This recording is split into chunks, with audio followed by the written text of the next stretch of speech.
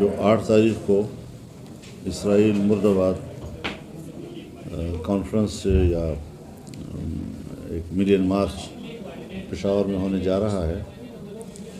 تو اس میں ہم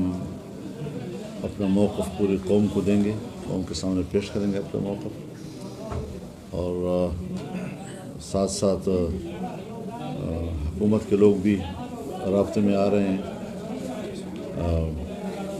ان کے ساتھ بھی ہماری بات چیت جاری ہے۔ دوسری طرف وفاق المدارس العربیہ یا جو ہمارے اتحاد تنظیمات مدارس دینیہ ہیں، ان کے ساتھ بھی ہمارا رابطہ ہے، اور روزمرہ کی صورتحال سے ہم ان کو آگاہ کر رہے ہیں۔ یہ بہت بڑی زیادتی ہے اور ملک کی سیاست میں عدم اعتماد کا سبب بنے گا۔ یعنی ہم تو چاہتے ہیں کہ سیاست میں کوئی اعتماد کا ماحول آئے اور ایک معتدل قسم کی سیاست جو ہے وجود پائے، لیکن مجھے حیرت اس بات پر ہے کہ حکومت جس کی ذمہ داری ہے کہ وہ حالات کو نرم رکھنے میں اپنی تمام سرکاری وسائل کو استعمال کرے، اپنی توانائیاں استعمال کرے، وہی سبب بن رہی ہے ملک میں لوگوں کو شدت کی طرف لے جانے کی، وہی سبب بن رہی ہے شعوری طور پر قوم کو احتجاج کی طرف لے جانے پہ۔ اگر دینی مدارس کے حوالے سے جو بل ہیں،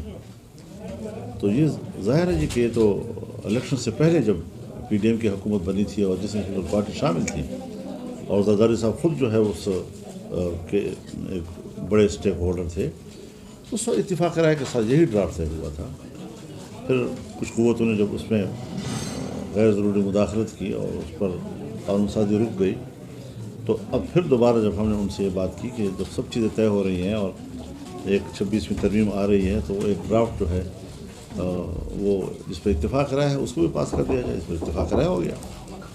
اور باقاعدہ مذاکرات میں ساری چیزیں طے ہوئی۔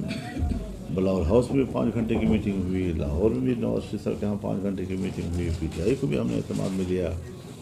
اور بڑے خوش اسلوبی کے ساتھ سارے معاملات طے ہوئے۔ آج کہاں سے اعتراضات آ گئے؟ یعنی ایک ایسا شخص جو اس بل کو بنانے میں، اس کی ڈرافٹ تیار کرنے میں باقاعدہ شریک رہا ہے، آج وہ کہتا ہے کہ اس پر اعتراضات ہیں، یہ بدنیتی ہے۔ اور